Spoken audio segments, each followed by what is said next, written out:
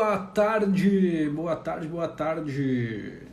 Estamos informando aos seus seguidores. Cara, eu sempre faço isso no início dos vídeos. Fala pessoal, Doutor Diego. Doutor Diego, a gente vai pro plenário, Doutor Diego. Doutora Tamara Maura da Silva. Doutor Gustavo Gabriel Rodrigo. Muito boa tarde para vocês, sejam todos muito bem-vindos a mais uma tarde de Clube 1659. Tá para mudar esse nome, né? Vamos ter que mudar. O pessoal tá reclamando que tá muito cedo, gente. Tô achando que tá muito cedo também. Boa tarde. Ixi, Tamara saiu, volta, mulher. Gabriel, boa tarde. Seu Gilcimar tem que ver o WhatsApp. Eu vi que tu me mandou, não consegui abrir ainda. A gente vai, olha, esse negócio de WhatsApp para advogado é fogo, cara. Doutor Matheus, meu parceiro, doutor Matheus Bertaioli. Ixi, será que eu esqueci de botar o título aqui? Deixa eu botar. Deixa eu ver, aceitar. Fala, pessoal, sejam todos muito bem-vindos. Deixa eu só aceitar aqui a doutora Tamara. Fala, doutora Tamara. Vai dando boa tarde pro pessoal aí que eu vou botar o título aqui. Não sei porque que saiu essa bagaça. Deixa eu ver se esse vídeo aqui tá. Tô adequada. Boa tarde, gente. Tudo bem? Deixa eu botar aqui. Como pode falar? Fazer. Hoje ele quer me dar a palavra, gente. O que vocês acham? Hoje ele quer deixar eu falar. Eu esqueci. A gente falou de estruturar uma defesa estratégica, né? Como preparar uma defesa eficaz. Olha aí, ó. Sou bom. Uma pessoa boa de memória sou eu. Como preparar uma defesa eficaz. Vamos preparar uma defesa eficaz. Como preparar uma defesa eficaz no tribunal do júri. Vou botar no júri aqui. Dale. Feito. Esse argumentário. Aí, rapaz. Como preparar uma defesa eficaz no júri? E eu vou dizer um negócio para vocês, gente. Eu lembro que quando eu iniciei no júri, eu tinha um medo da porra. Olha só, para vocês terem uma ideia da minha falta de não digo segurança, mas eu não me achava bom o suficiente nem para usar uma beca no júri. Eu pensava assim, cara, esse negócio de toga é para quem sabe fazer. Quem sou eu? Tipo, eu tinha umas viagens... Vou tirar isso aqui, tá refletindo muito, né? Tá. Eu tinha umas viagens na cabeça assim, cara, como é que eu vou usar beca? Olha só, recém comecei a advogar, nem sei direito o que eu tô fazendo. Quem sou eu? E hoje, depois de 5 anos, mais de 5 anos, a gente vai fazer uma live sobre como preparar uma defesa eficaz no júri. Por quê? Porque a gente estudou, trabalhou, quebrou a cara e aprendeu a fazer um trabalho bem feito. Antigamente eu tinha até um certo receio de falar assim, sabe? Porque às vezes as pessoas acham que é arrogância, mas na verdade não é. Quando você se prepara, quando você estuda, quando você se dedica em algo e fica bom nisso, significa que você tem um mérito, você se ferrou para tá naquele lugar ali. Então hoje eu digo, vem com nós. O Felipe tem uma facilidade diferente de mim, assim, que ele pega as coisas tudo muito rápido. Então, geralmente, quando a gente vai estudar o processo, um dos motivos, assim, que a gente sempre... que gera algum tipo de discussão, eu falo, Felipe, começa a estudar 10 dias antes do processo. E ele, às vezes, se ele pegar um dia antes do júri, ele vai estudar e vai dar tudo certo, assim. Mas isso é uma coisa que é o que a gente tem que prestar atenção, né? Que é analisar sempre que possível, analisar esse processo sempre com um pouco de antecedência, até para você conseguir analisar tudo e pedir documentação caso necessário. Até às vezes, analisando o processo, às vezes não foi você que fez, como da situação da semana passada, e aí você percebe que talvez precise fazer um HC preventivo para que não se utilize alguma prova. Então, assim, sempre que você for contratado para fazer algum júri, eu acho que a primeira coisa é Boa essa. tarde, Thiago. Não deixa para estudar só ali em cima do laço, porque às vezes você precisa diligenciar para juntar algum documento ainda no prazo ali, por exemplo, dos 3 dias do 479, né? Então, a primeira coisa, assim, para trabalhar no processo do júri, apesar que o Felipe não escuta sempre nesse sentido, às vezes a gente dá uma pegada no processo com um pouco de antecedência para que a gente tenha tempo de diligenciar e trabalhar assim com certo conforto, sem ficar preocupado, né? Então, acho que isso é uma das primeiras coisas assim que eu acho bem importante no processo. Não só no tribunal de júri, como em todos os outros também. Cara, tem um negócio interessante que eu sempre digo para os colegas. Quanto mais vezes vocês conseguirem ler um processo, melhor. Porque vocês vão conseguindo, a cada leitura, às vezes surgem questões, surgem pontos que você não tinha dado a devida atenção.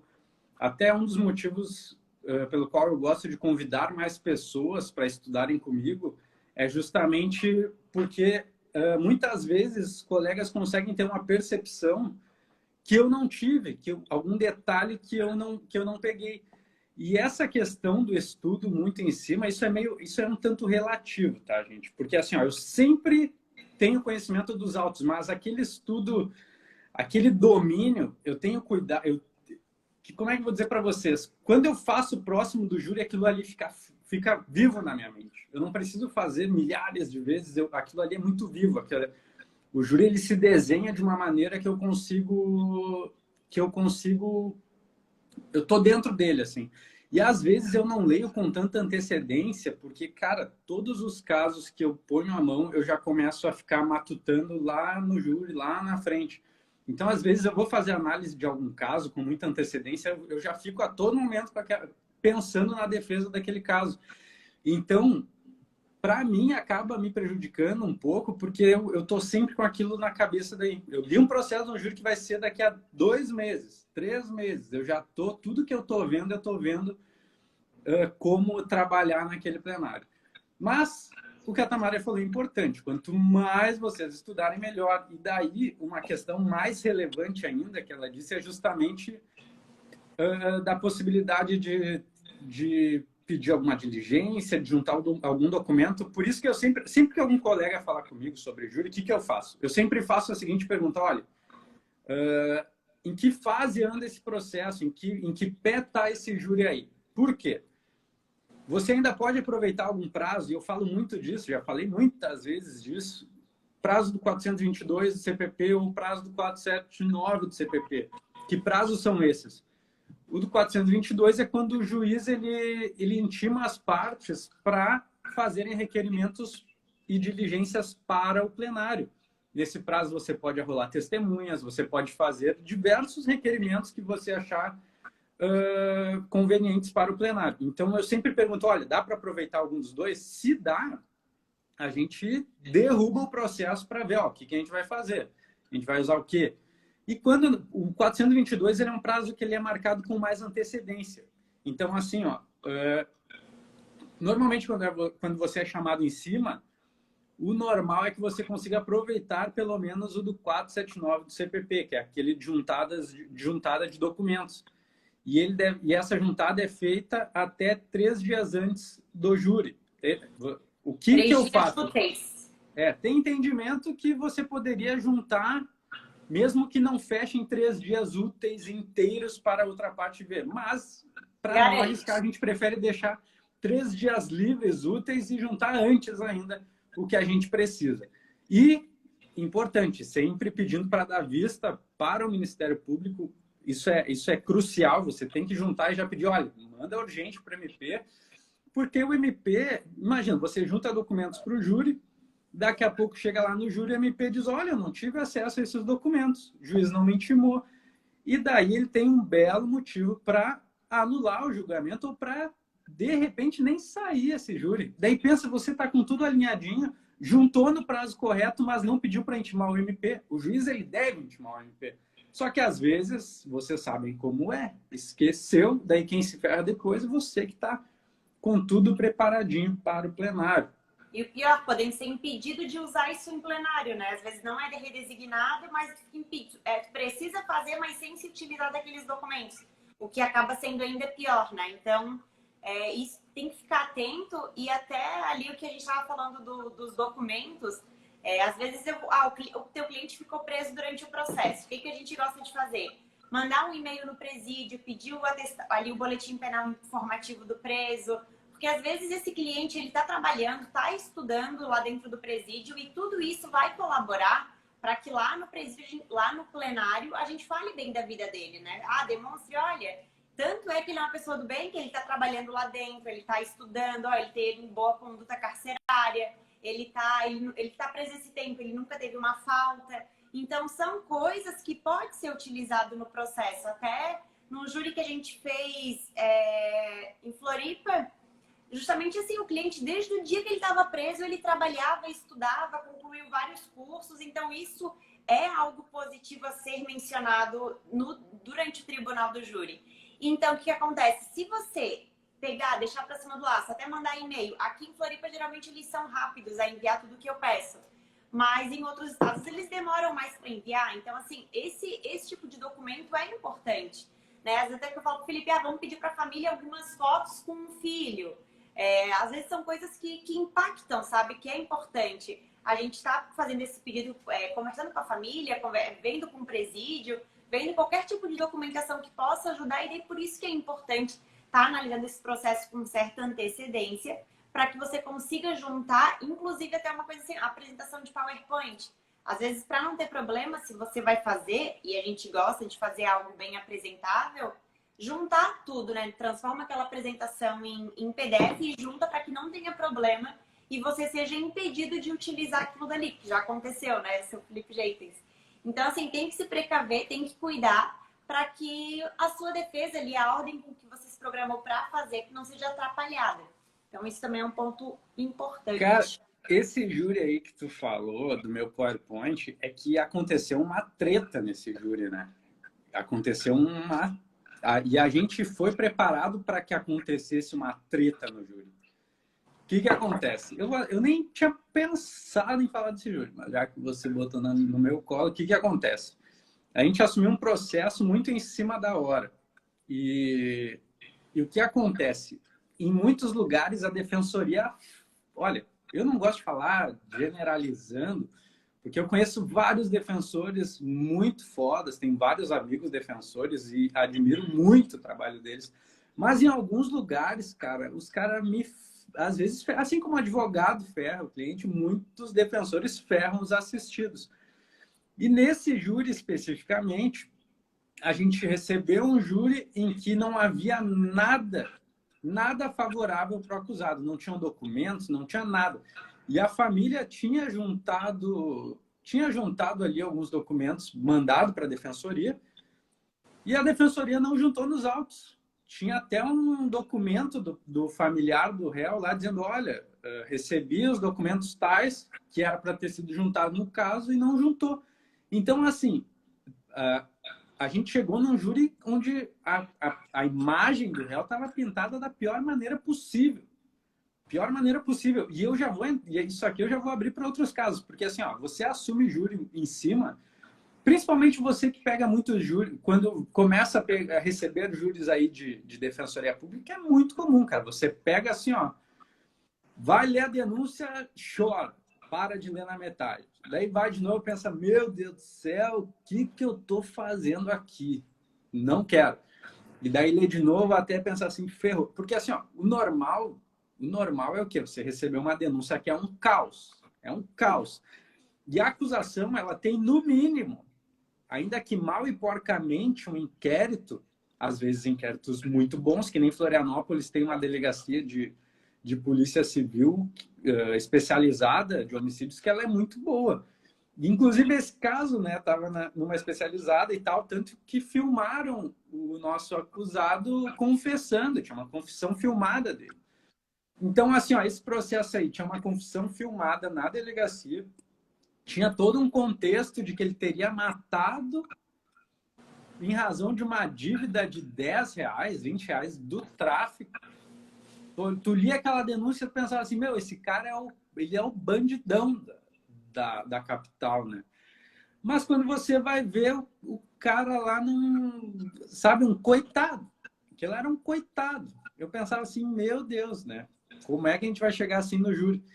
Então conversamos com a Tamara e disse, olha, não tem prazo para juntar mais documento, mas o que eu vou fazer? Até eu nem vou deixar a live salva depois de falar isso para não dar treta. O que eu vou fazer? Vamos juntar esses documentos. A gente já tinha juntado, né? A juíza tinha negado, eu acho, em razão do prazo, mas a gente não tinha prazo. Juntou os documentos, juntou foto dele com a família, juntou certificados de curso, juntou carteira de trabalho. Ele trabalhava um monte, várias fotos Aquele dele guri de era um trabalho. guri... Cara, aquele guri era um guri bom. Aquele guri era um guri gente boa, gente fina, trabalhador, estudioso, guri dedicado. Mas não tinha nada disso dentro do processo dele. E daí pensei, meu Deus, vamos fazer o seguinte, vamos juntar, o juiz vai negar, eu vou conversar com o promotor por questão de lealdade. Eu fiz isso no dia do júri. Eu disse, olha, doutor, a gente juntou alguns pouquíssimos documentos aqui e eu queria saber da possibilidade do senhor dar uma olhada para eu utilizar eles, porque eu vou falar deles. Então o promotor, ele diz, doutor, aí fica complicado, né, porque é difícil, né? Ele foi um pau no cu lá, não deixou. E por que eu digo isso? Porque isso já aconteceu comigo de uma forma muito pior. Eu fiz um júri que a promotora me vem com uns 3 anexos lá, mais de 1000 páginas, do nada, que eu nunca tinha visto no cartório, nem tinham me alcançado, era um processo físico. E eu ainda falei assim, eu consegui nem ata, mas eu vou ver esses autos e vamos tocar ficha, vamos falar, fala dele aí, que eu vou dar uma olhada, se eu achar que tá tudo bem, a gente pode tratar dele no processo. O que eu fiz? Eu li, usamos no júri. Fiz algo muito mais arriscado do que ele ler meia dúzia de páginas e não se apegar. Só que daí, o que acontece? Ele se apegou e fez todo um discurso. Sabe como é que é, não sei o que. Eu, tá, beleza. Mas eu estou dizendo para o senhor que eu vou usar. E o que acontece? Esse júri, ele podia... Na minha cabeça, o que poderia acontecer?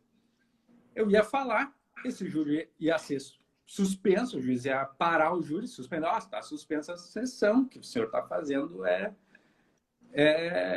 não pode fazer. E eu pensei, bom, tudo bem. Na minha cabeça eu pensava assim, bom, esse júri vai ser remarcado, eu vou juntar esses documentos com prazo e está tudo certo. A questão ali era, qual que era? Eu me tirei de cena, por exemplo, assim, o problema ali não era eu ficar bem com o juiz, ficar bem com o promotor, ser um advogadozinho legal. A questão ali era que a gente tinha que fazer pelo réu. Aquilo ali tinha que ser feito pelo réu. Ele tinha que ter a oportunidade, senão ele ia se ferrar. Ele ia se ferrar se a gente não tivesse feito. Então eu pensei assim, vai dar uma treta isso aqui, mas eu vou fazer por causa dele. Então a gente fez, daí deu um bolo. Foi, acho que um dos piores júris que eu fiz. Deu uma cagança lá de discussão de promotor e comigo. Gente do céu, aquele dia eu queria... foi uma merda. Mas o que aconteceu? Não, e daí... Pode falar. E vocês imaginem, né? O Felipe já fez trocentos júris. Então, ali o promotor chegar para ele e falar, olha, o juiz falar, não vai poder usar o PowerPoint. Tá, tudo bem, ele se virou. Mas imagina se isso acontece com você no primeiro, no segundo, no terceiro júri. E você vai preparado com o PowerPoint, com a sua apresentação, e chega na hora e eles dizem que você não pode usar.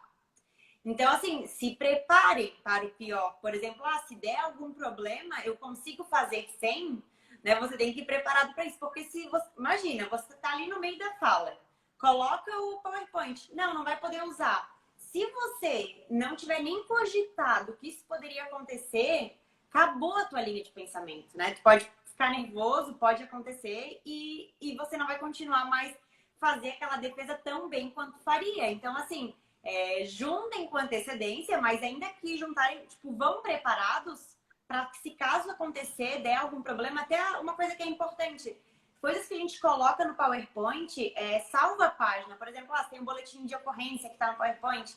Deixa esses documentos mais importantes todos separados ou com a página do processo anotado certinho, para que se caso você precisar fazer menção e estava só no PowerPoint, para que você não se apavore, né? Para que não comece a ficar nervoso e acabe perdendo a sua linha de pensamento. Então, isso é algo que também tem que tomar cuidado, assim. Se prepare e vai já esperando o pior, que pode dar ruim em alguma coisa.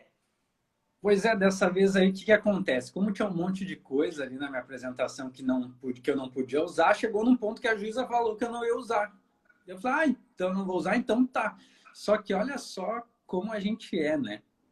Enquanto a gente estava nessa discussão, não pode usar, a Tamara estava controlando o PowerPoint, estava lá mostrando para os jurados lá, a família, O acusado com a Gente, família, olha que uniformizado, loucura, né? trabalhando. Tinha foto do menino trabalhando, tinha um monte de coisa. E enquanto ali eu tava no PowerPoint, enquanto o Felipe discutia se podia passar ou não, eu tava ali passando as imagens para baixo, porque os jurados estavam de olho na tela. E eu tava ali passando as imagens enquanto eles discutiam se ia passar ou não. Alguma coisa eu consegui demonstrar, alguma coisa eu consegui mostrar, graças a Deus. E ali é aquela coisa, né? Não dá para desver o que foi visto. E daí, o que acontece? Só, a gente está falando de como preparar uma defesa eficaz no júri. A gente precisava disso. A gente precisava disso. No fim, o júri seguiu. Até várias vezes me pediram para falar sobre esse júri, porque eu sempre digo que é um dos que deu mais treta, assim. Já tive que sair escoltado de júri, já teve promotor que ameaçou me processar no júri, mas esse júri também foi um dos que deu mais treta, assim. E daí, o que acontece? Pode falar. Daí, o que acontece, gente? Nesse caso, a gente não tinha nada para usar. Não tinha nada. E a gente ainda tinha uma confissão do réu filmada. E daí, o que acontece, né? O normal, quando os colegas assumem defesas fodidas assim, é seguir aquela linhazinha de diminuir os danos, né? Ah, vamos trabalhar só para afastar lá o qualificador. Trabalha no mais fácil. Trabalha no mais fácil. Daí, quando a gente fala de preparação de defesa eficaz, o que a gente tem que levar em consideração? Que às vezes nem é porque parece mais fácil é o melhor caminho para ser tomado. Por quê? Às vezes, quando você assume toda aquela bronca, o jurado ele não vai te absolver de jeito nenhum das qualificadoras. Então, assim, ó, a depender de como está posta a situação, a gente tem que ter essa sensibilidade de saber, cara, não adianta eu assumir essa parte aqui como se fosse uma garantia de que fossem afastar o resto. Mas nessa situação, o que acontece? No tribunal do júri, nos processos, que nem a gente falou, denúncia vem o caos formado. Até eu pedi para a Tamara para a gente usar o outro plenário que a gente fez como pano de fundo, que foi um plenário em que tiveram foi uma nomeação que ela recebeu depois de vários advogados terem recusado. E quando ela me mandou, ó, Felipe, vamos fazer esse júri aqui, vários advogados recusaram. E quando eu li também, eu pensei, meu Deus, Tamara, não, que merda é essa? Eram 5 réus, tinha homicídio, tinha tentativa de homicídio, uma vítima sobreviveu, assim, todo mundo com passagem, todo mundo com... Só que assim, quando eu olhei o processo, eu já tenho um espírito muito defensor, né? Eu falei, olha, tem coisa para trabalhar, mas era um caso cabeludo e esse foi um dos júris, assim, que o Felipe mandou muito bem. E que, além assim, né, claro, ele tem essa vantagem que ele fala muito bem, é um ambiente que ele se sente muito seguro, assim, ele gosta de estar ali na frente falando, né? Então, assim, apesar de tudo, que tava um caso, uma situação ruim, ele estudou bastante o processo, ele conseguiu ter um ótimo desempenho, tanto que foram absolvidos, mas aí nesse processo também, ainda que foi uma nomeação, olha a nossa preocupação. A gente falou com a mãe, a gente juntou foto dos réus com os filhos, a gente juntou foto de carteira de trabalho, sendo que assim, era um pessoal que era difícil tirar alguma coisa. Mas vocês imaginam, enquanto está sendo falado...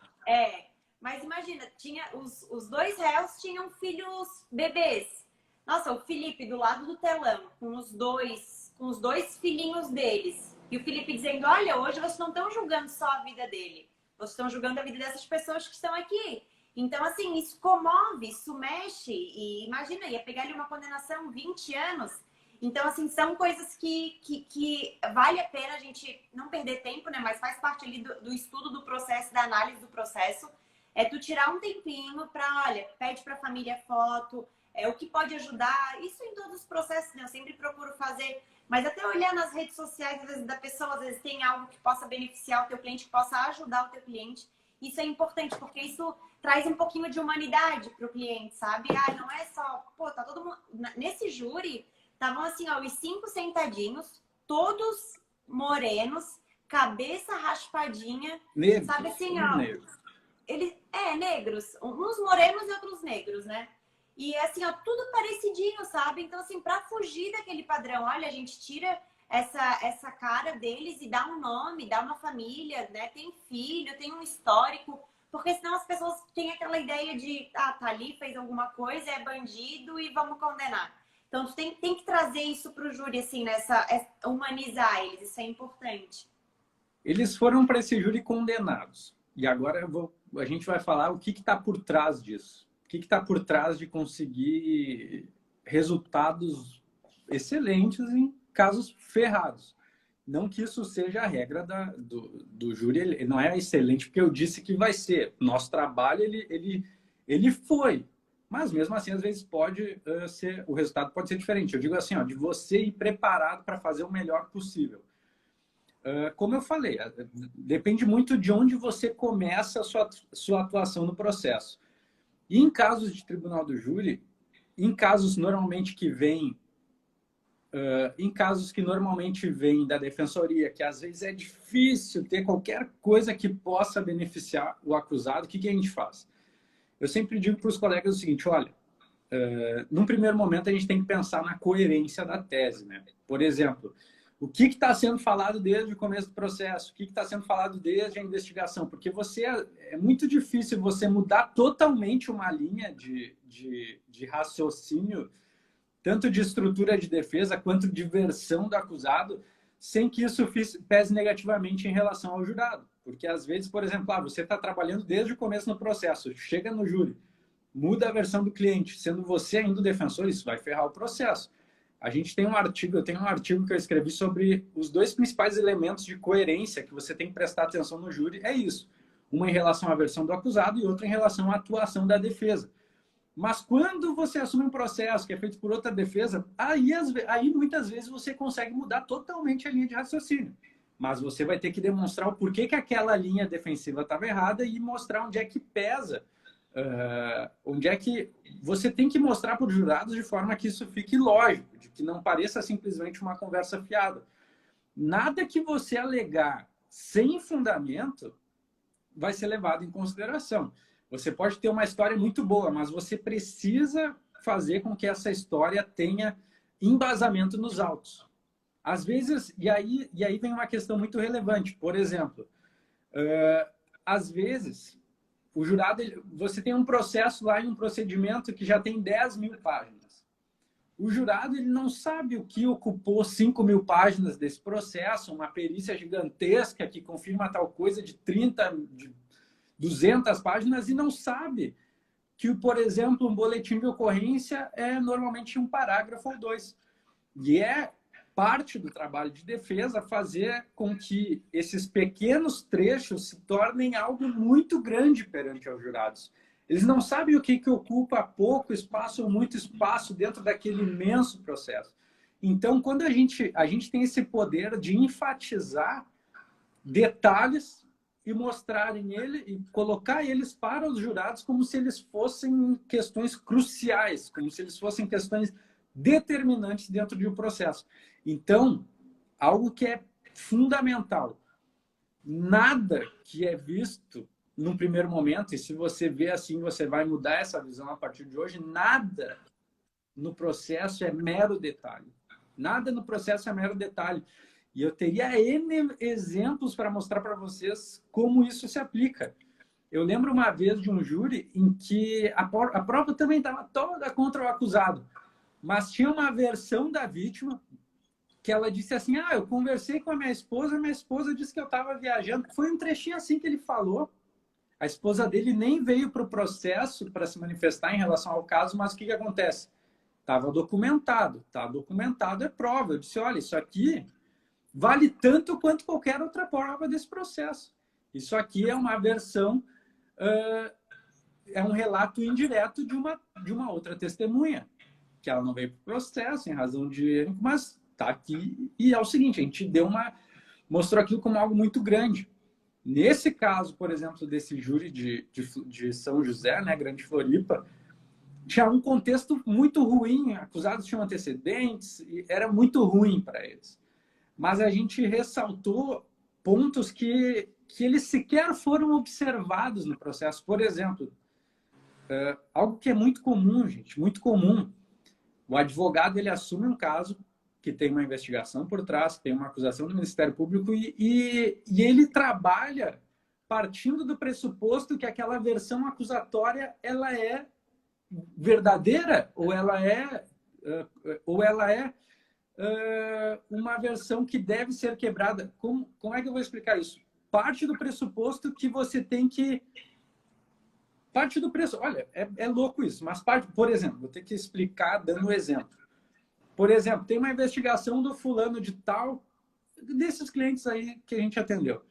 Ó, a testemunha disse que era ele, a testemunha já conhece ele, tal, teve reconhecimento, teve isso, teve aquilo. Então, todo o processo de anos de duração foi levado como se ele era, como se o João fosse o fulano que está sendo tratado ali nos autos.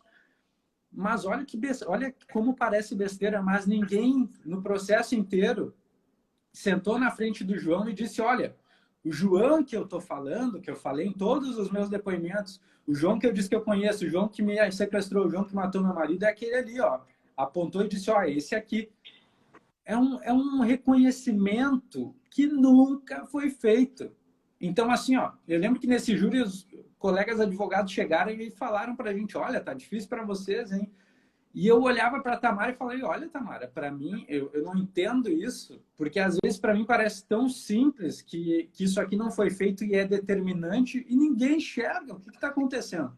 Gente, foi o júri que o Felipe, eu acho que ele estava mais assim, concentrado no júri, assim. Naquele júri eu falei, olha, vai dar boa. E foi o júri assim que ele saiu muito bem e tava todos os advogados falando assim, ó, não, né? Os clientes de vocês estão ferrados. E quando o Felipe começou a falar, tava todos os advogados assim, ó, porque tinha muitos advogados. Tava assim, ó. Assim, ó, estavam de boca aberta e porque a explanação naquele dia foi perfeita, assim. Mexeu com o emocional dos jurados, fez tudo, estudou o processo, a gente analisou o processo, analisou até inclusive as vítimas, a vida do réu, assim, foi redondinho, foi um plenário perfeito. E o que acontece? Uma defesa bem preparada, bem estruturada, ela depende de um conjunto de elementos que caminham no mesmo sentido. Normalmente, quando a gente estuda um processo, o que eu busco? O que a gente busca? Olha, a gente precisa de uma base, de um alicerce aqui, que vai ser o nosso centro de trabalho, os nossos elementos principais, e nós vamos ter ali os elementos secundários, que vão ser aqueles que a gente apresenta para o jurado assim, ó, além disso aqui que a gente está falando, tem mais todas essas questões. E daí, normalmente, é nessas questões secundárias é que eu sempre buscamos elementos emocionais, porque elementos emocionais podem fazer o jurado ir totalmente contra aquilo que ele entende no primeiro momento por decisão mais racional. É o emocional dele, é o sistema límbico dele que manda nessa parte. Então, assim, ó, você tem uma base com coerência, uma base com lógica, você explica o porquê o seu cliente não deve ser condenado em razão disso e disso, que está no processo, que está tudo ali comprovado, e depois faz esse apanhado que engloba mais questões para envolverem ele e fazer com que ele caminhe nesse sentido. Esse processo de São José, o que acontece? A gente tinha esse elemento que eu achava muito simples, mas que ele foi determinante. Olha, o meu cliente ele foi tratado desde o início como se ele fosse essa pessoa que está sendo mencionada, porque ele tinha sido reconhecido por vítima e tudo mais, mas nunca ele pode ter um histórico, ele pode ter uma vida voltada para o crime, ele pode participar de facção, mas é o seguinte, nunca nenhuma testemunha, nunca ninguém fez isso. Disse, olha, o João que eu estou falando, que eu falei esse tempo todo, é aquele rapaz ali. Isso nunca aconteceu. Então, eu disse assim, olha, a gente não tem como condenar assim. E o engraçado é que eu passei por isso mais de uma vez. Foram várias vezes que eu vi isso, de processos todos caminhando num sentido e que as defesas sequer alegam essas questões. Sequer dizem, olha, não tem nem reconhecimento aí, que é um negócio simples. Por isso que a gente tem que ter essa sensibilidade, no sentido assim, ó, tá errado, não foi feito. Inclusive, num caso de tráfico, agora há pouco tempo também aconteceu isso. O processo todo, ele rola sem ter assim, ó, essa pessoa que eu tô falando aqui é essa pessoa, sabe? Não tem essa simples indicação, assim, então tem que cuidar, porque é algo que às vezes pode parecer, ai, não vou alegar isso porque é ele. É Mas muito assim, simples, né? o que eu tô dizendo assim, não Parece muito simples. é algo muito importante que vai ser determinante na defesa. Então, assim, quando for analisar o processo, olhem de fato, sabe? Se atentem a possíveis nulidades, se atentem a possíveis falhas, porque isso vai ser importante. E às vezes dá aquela olhadinha só superficial. Inclusive, o outro caso que aconteceu, tinha uma suposta prova no processo que não era uma prova, era uma menção de uma simples partezinha de uma interceptação, mas a interceptação não estava no processo, não estava íntegra, não estava nada, era um simples copia e cola. Olha, eu peguei essa partezinha aqui daquele processo, daquela interceptação que não está no processo. Nem prova gente. Então, assim, esse daí é o caso. Se tu pega muito em cima da hora, mas, a meu ver, era caso até de fazer um HC preventivo, impossibilitando o MP de fazer menção a esse trecho. Porque, imagina, a defesa não teve acesso à integralidade da prova. Então, assim, são coisas que tem que prestar atenção, ainda que você, talvez ali no começo você fique meio receoso de se indispor com o magistrado, de se indispor com o Ministério Público, mas são coisas que tem que se atentar, porque vai fazer diferença ali na hora de estar fazendo a tua defesa. Ainda que fosse nomeado, ainda que tenha recebido pouco, mas assim, independente, faça pelo seu trabalho para que você consiga trabalhar bem, né? Faça pelo cliente, mas para na hora ali você ter elementos. Então, fique atento a essas coisas, porque passa despercebido por muita gente. Vocês ficariam impressionados em saber. Né? Igual que esse júri de São José já tinha passado uns 10 advogados no processo. Então, assim, Ninguém são lê, detalhes... cara. Ninguém lê processo. Lê. Fico impressionado com isso. Então, se a gente fala tanto do juiz, do estagiário que não olhem os processos, a gente, como advogado, não pode ser mais um que vai passar os olhos no processo de forma superficial, sem se atentar a essas coisas, né? Então, prestem atenção nisso. O Felipe falou de duas coisas que eu quero fazer um parênteses ali, sobre... O Felipe gosta de trabalhar com mais outra pessoa no tribunal do júri para ter um outro olhar, né? E isso também aconteceu, acho que foi no outro júri de Floripa, que eu ouvindo os áudios da audiência de instrução, eu falei pro Felipe, nossa, esse áudio aqui é muito bom para passar. Dá um ar do que a vítima não se sentiu ameaçada, que realmente não teve uma ameaça verdadeira. E ele falou, olha, não tinha prestado atenção nisso. Então, às vezes, um outro olhar para olhar o processo, para ouvir os áudios e dizer, ó, esse ponto aqui eu acho importante, esse ponto aqui, trocar umas figurinhas, porque às vezes tu consegue ter uma visão mais clara e fazer ter uma melhor atuação, uma defesa mais eficaz, tendo uma dupla, né, para te conseguir conversar e falar sobre o caso. Esse é um ponto. E o Felipe falou sobre a vítima. Uma coisa que a gente também gosta de fazer é dar uma investigada na vida da vítima. Não estou dizendo que a gente vai humilhar a vítima, não é nada disso. No caso de um júri que a gente fez em São José, essa suposta vítima, ela já tinha feito uma acusação falsa do réu que tinha estuprado ela. E aí, após isso, veio essa tentativa de homicídio. Pesquisando sobre a vida dela, e por que eu pesquiso? Que eu busco, às vezes, um padrão. Pô, já tinha acusado ele falsamente uma vez. Eu fui olhar o histórico dela, tinha um monte de processo em andamento de estelionato. Pessoas dizendo nos depoimentos, dizendo que ela era uma atriz, que ela se fazia de coitada, que ela chorava quando prestava o depoimento. Então, imagina, se ali no depoimento do nosso cliente ela fez tudo isso. Ela chorou, né? E são alguns pontos que falam, olha, o que ela tá fazendo aqui, além de ela já ter acusado o acusado de forma falsa uma vez, tem 5 processos de estelionato que ela repete, que ela tem um padrão de choro, de atriz e tudo mais. Então, assim, é importante também sempre dar uma olhadinha na vida da vítima, em processos em andamentos. Eu olho o Facebook, eu olho tudo que eu puder, às vezes não tem no site do tribunal, tenta puxar no Jus Brasil. Sempre vai ter algum rastrinho, alguma coisa da vítima que às vezes pode ser útil para você usar no plenário. Então, assim, pesquise tudo que puder, porque certamente vai ajudar. E esse plenário foi o plenário que ali os processos da vítima foi algo que também foi bem importante, assim. É verdade. Então, assim, o que a gente já falou que é essencial para preparo de uma defesa eficaz? Dá para aproveitar algum prazo ainda? Prazo do 422 ou prazo do 479, que na minha opinião são os prazos mais importantes para a preparação do júri. Quando você já não está mais... quando você não trabalhou na instrução, por exemplo, ou até para quem trabalha tem que prestar atenção nisso. É importante levar testemunhas para o júri quando elas quando elas têm algo a acrescentar, e a depender da situação, até levar testemunha abonatória, a depender da situação, até levar testemunha abonatória, porque às vezes é a única coisa que você tem, e às vezes explorar isso pode ser favorável. Então, assim, ó, prazo, dá para aproveitar algum? Por quê? Porque se a gente puder juntar documentos, indicar testemunhas, fazer esse movimento para o júri, ele é extremamente importante. Por que a gente fala isso? Porque, olha, juntar comprovante de trabalho, juntar foto de família, o que isso faz? Isso humaniza o réu.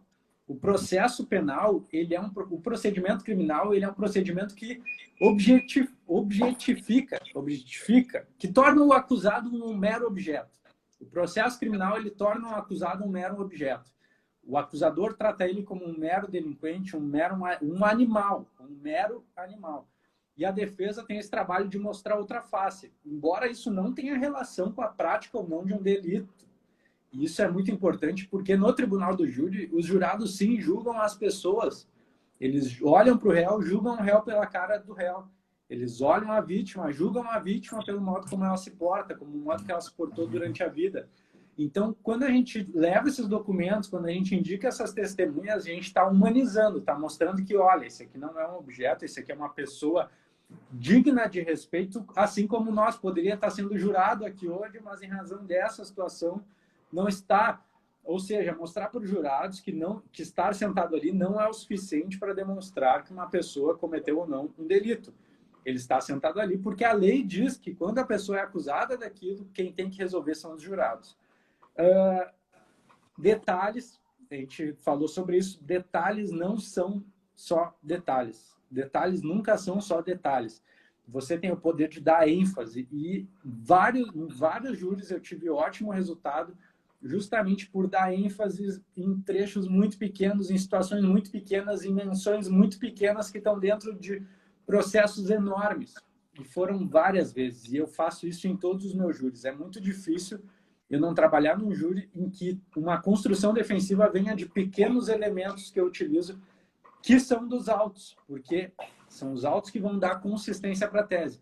Não é você lá inventar uma história. Você precisa de uma boa história, isso é o principal, você precisa de uma boa história, mas você precisa que ela fique muito... que os autos deem suporte para ela. Os autos precisam dar suporte para essa tese. Daí, outra questão, o contexto em que está envolvido tanto o acusado quanto o vítima.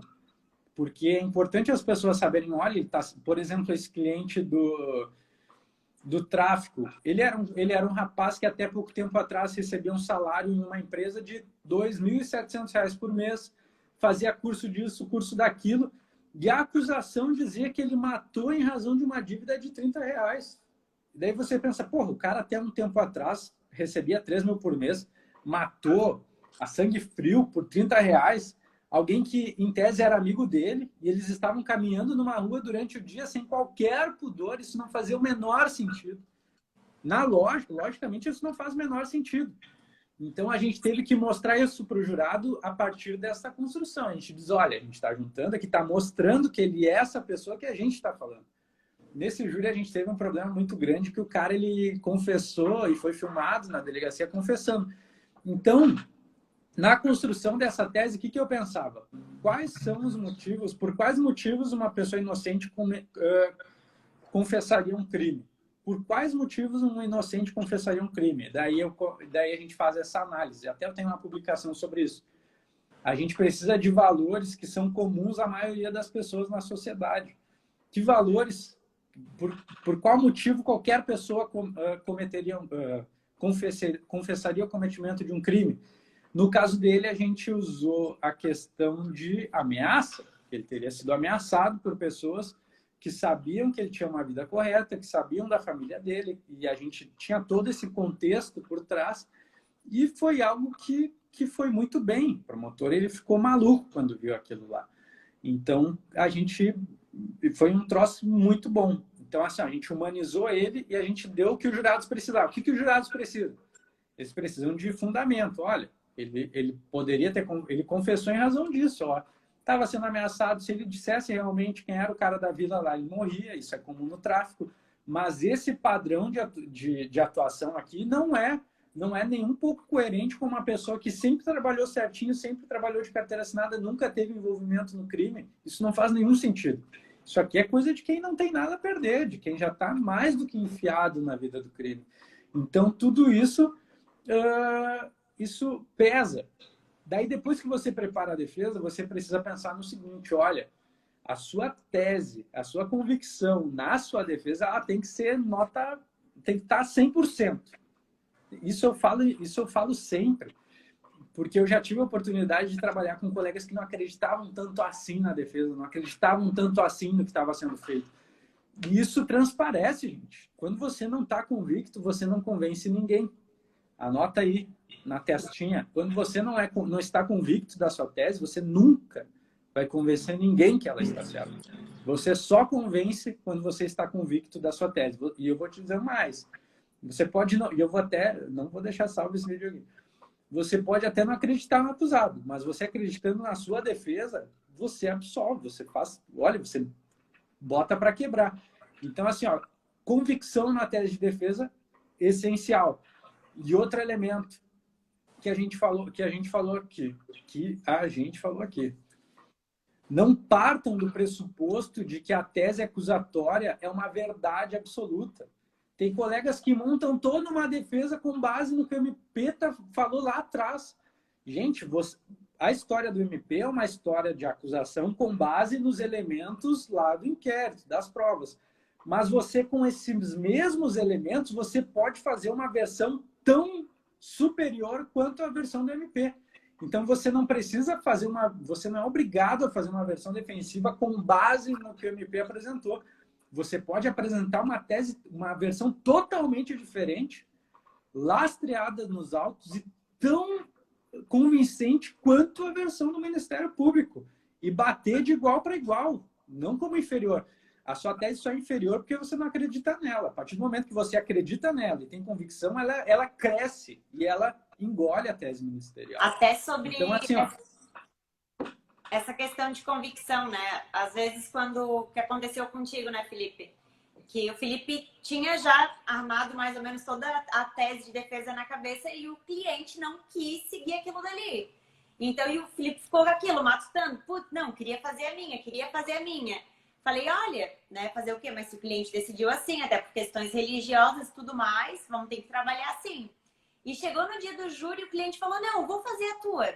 Aí, olha só, é mais um susto, né? Às vezes se programou, se organizou para ir de acordo com o que o cliente queria, e aí, às vezes, chegou ali, tu vai ter que mudar, porque tá, tudo bem, tu vai poder seguir a tua linha de raciocínio. E se já tiver PowerPoint, se tiver documento separado, tudo em uma linha, e o cliente mudou ali, por ter que se adaptar. Então, assim, vá preparado para tudo, e muitas vezes foi o que eu falei para o Felipe, a partir de hoje, se o cliente quiser falar uma coisa que talvez não seja o que tu quer fazer, a tua linha de defesa, às vezes vale a pena até não trabalhar, até abrir mão de serviço, porque às vezes assim, ó, se tu não tá convicto daquilo, o teu desempenho não vai ser tão bom.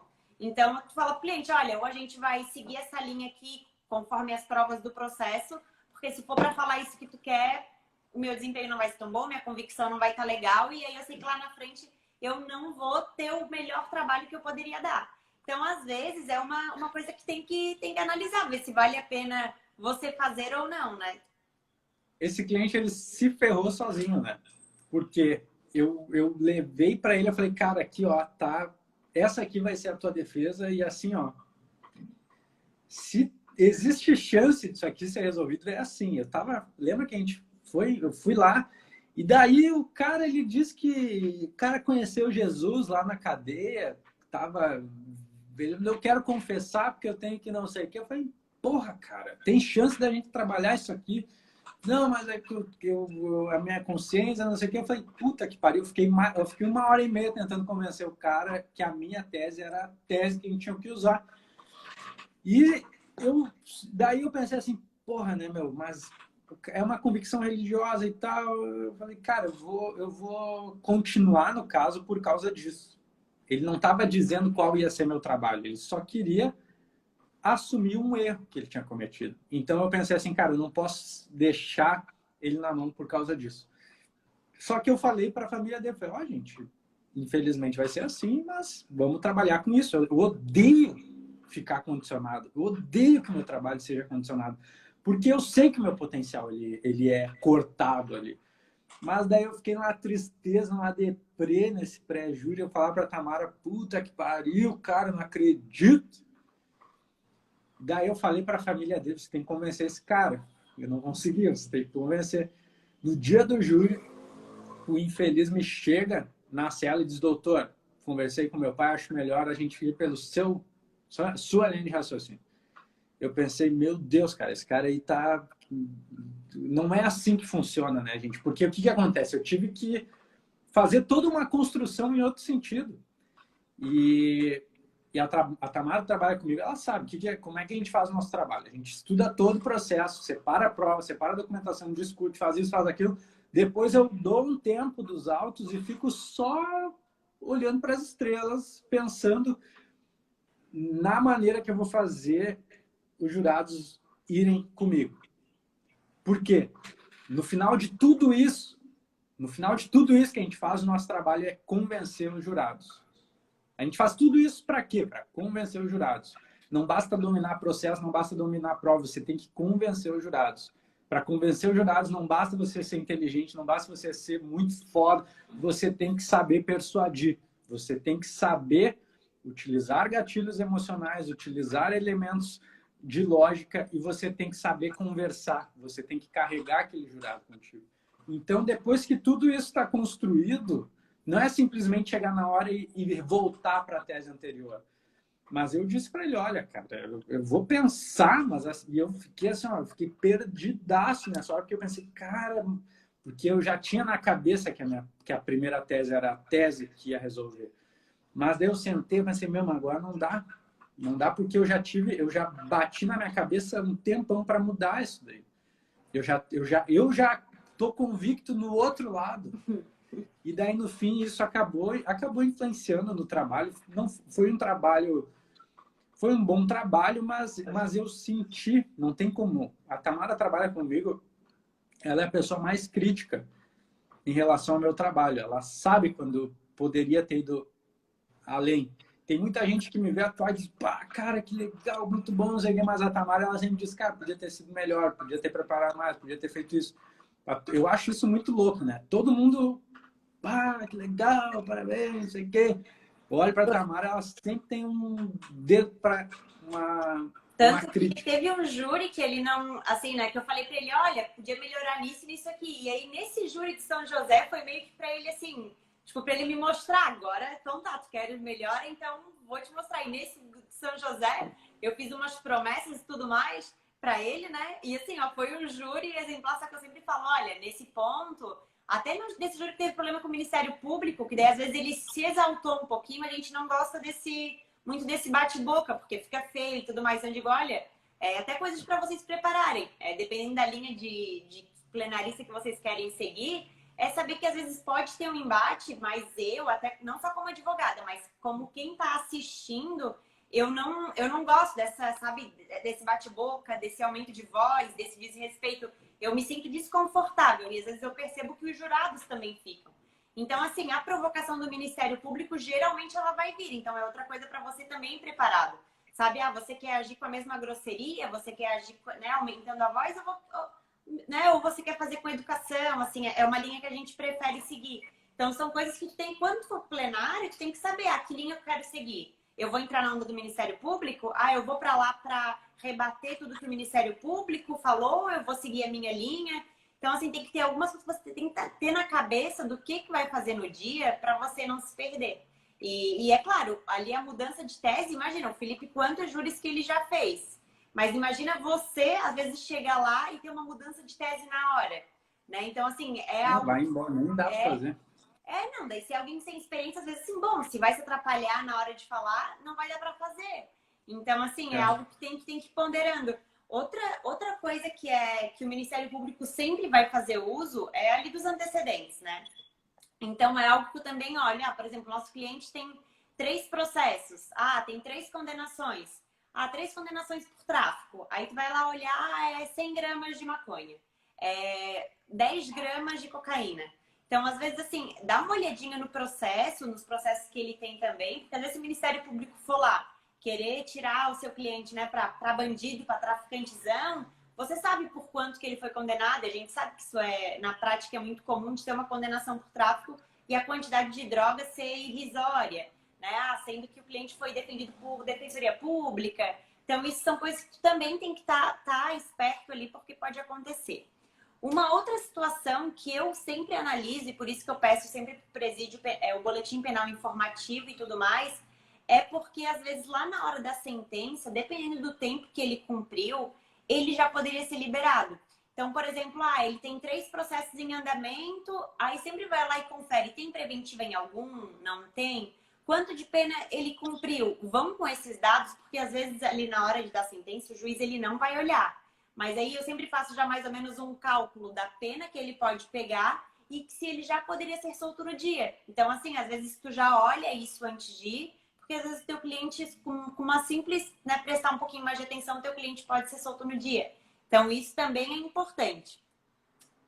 Cara, solto no dia. Deixa eu só fazer uma observação. Nesse júri, inclusive, teve um cara que, para mim, isso foi inédito. Até eu não sei se vocês já viram isso. Diz aí para eu saber. O cliente foi absolvido e o advogado conseguiu que o juiz mandasse ele para casa já do júri. Isso no Brasil eu nunca tinha visto, porque normalmente eles querem que aconteça toda aquela burocracia, né? Não, volta para o presídio, vai lá o comunicado, dá o alvará de soltura para depois ser solto lá. Sim. E o cara foi solto no júri. Eu pensei, cara, que louco isso. Ele não tinha nenhum processo, o advogado conversou com o juiz, mostrou que não tinha nenhum processo em andamento e o magistrado liberou, até porque era de uma outra cidade, né? E o advogado estava indo para essa outra cidade, então assim, o magistrado liberou. Mas é claro, não é comum, né? Geralmente eles vão pro presídio, porque o juiz não quer se responsabilizar por nada, para daí o presídio ver os processos que estão em andamento, para daí decidir se libera ou não. E... Quem aí tem defesa em andamento para fazer júri? Quem aí quer entrar para a gente discutir a defesa de vocês? Rapidinho. Quem aí tem defesa para fazer? Duas coisas que tem que também, rapidinho para falar. Sempre no júri, prestar atenção na roupa, né, do seu cliente. Às vezes no presídio eles mandam, mas assim, já se antecipa e pede para a família uma roupa para levar no dia, porque às vezes eles dão qualquer roupa, uma roupa velha, uma roupa de qualquer jeito. Então, sempre peça para a família uma roupa mais apresentável para dar para o cliente no dia do júri. Isso é importante. E quando você chegar, principalmente assim, quem está fazendo os primeiros e que não pôde acompanhar, porque eu pude acompanhar muitos júris, assim, então é essa prática aqui para estar te preparando. E mesmo com a gente aconteceu. Da entrada do réu no júri, né? Por conta das algemas. Então, assim, quando chegar... Olha ali. João Paulo, primeiro júri... Ô, João Paulo, entra aí com nós, vamos falar desse teu júri. Manda aí, convida, não sei mandar. Manda aí que eu te boto aqui pra gente falar. Tá com dúvida? Vamos alinhar esse plenário.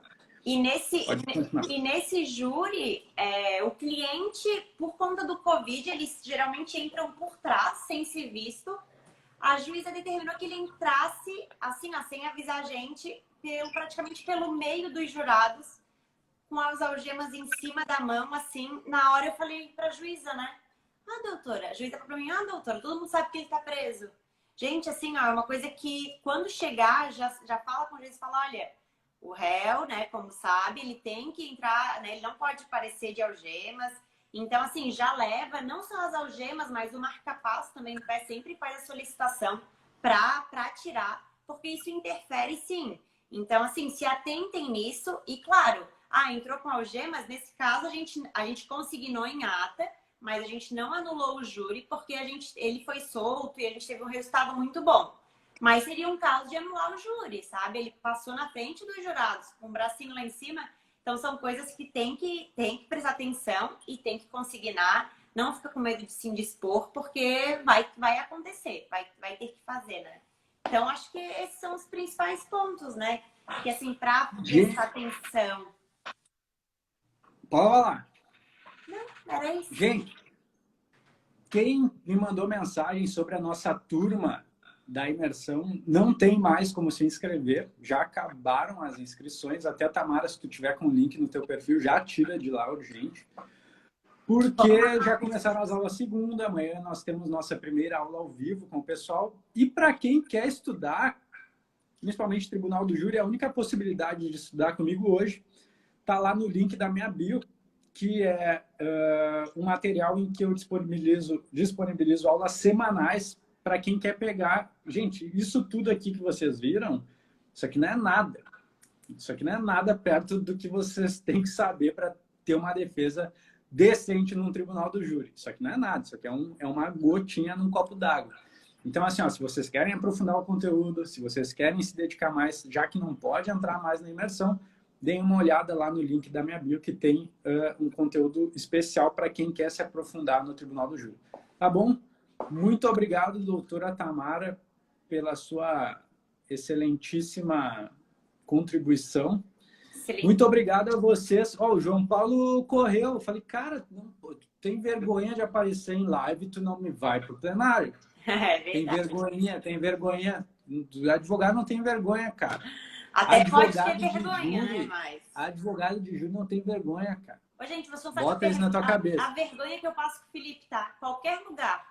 Se for uma celebração de, assim, ó, de um noivado de alguém que nem é tão próximo da gente. Ele diz, olha, essa pessoa pediu pra eu falar, eu falo. Eu falo. Ele tá sempre na espera de uma oportunidade de levantar, se aparecer pra falar. Não é, cara. É que a gente que trabalha no júri, a gente tem que aprender a falar em todos os ambientes. A gente tem que aprender a falar para todas as pessoas. A gente tem que aprender a cativar as pessoas, a trazer elas pra gente. Porque isso tudo vai refletir lá depois no júri. Por isso que eu digo, eu sempre brinco, mas no fundo é uma realidade. Você que tem vergonha de aparecer, você que tem medinho, não por ter vergonha, apareceu aí. É sem vergonha, assim, não é bem assim também, né, Josimar? Respeito. Advogado de júri sem vergonha. Isso aí, Josimar, sem vergonha. Porque a gente tem que... Porque é um exercício. É um exercício. Hoje, eu me sinto mais à vontade de conversar. De conversar, não. É que a explanação com os jurados virou uma conversa. Eu me sinto mais à vontade justamente porque virou uma conversa. Eu falando para os jurados o nosso ponto e por que o nosso ponto é o que se adequa mais. Mas isso é um exercício de postura na vida. Como você se coloca. Quando eu tenho vergonha, o que eu faço? Eu vou lá e tento fazer. Se tem uma coisa que me dá vergonha, eu vou lá e faço. Para tudo, gente. Tem uma coisa que me dá vergonha, eu vejo, cara... Tem um poeta que diz que enquanto a gente tem vergonha, a gente não é livre. Isso influencia totalmente o nosso trabalho. Gente, mas um beijo para vocês. Não tem vergonha de nada. João, não leva pro coração. É uma brincadeira, mas assim, ó. Dê uma olhada lá no YouTube. Vai fazer o primeiro júri. Lá no YouTube eu acho que tem uns 50 conteúdos só de prática no Tribunal do Júri. Inclusive, embaixo do último vídeo que eu postei lá, tem uma lista de indicações de materiais e livros. E é isso aí, gente. Tudo que a gente pode fazer para ajudar vocês, para contribuir com vocês, para ajudar a desenvolver o trabalho de vocês, a gente está sempre fazendo. Inclusive agora nessas nossas lives semanais, tá bom? Um beijo. Beijo, boa noite. Fiquem com Deus. Até a próxima. Hasta luego.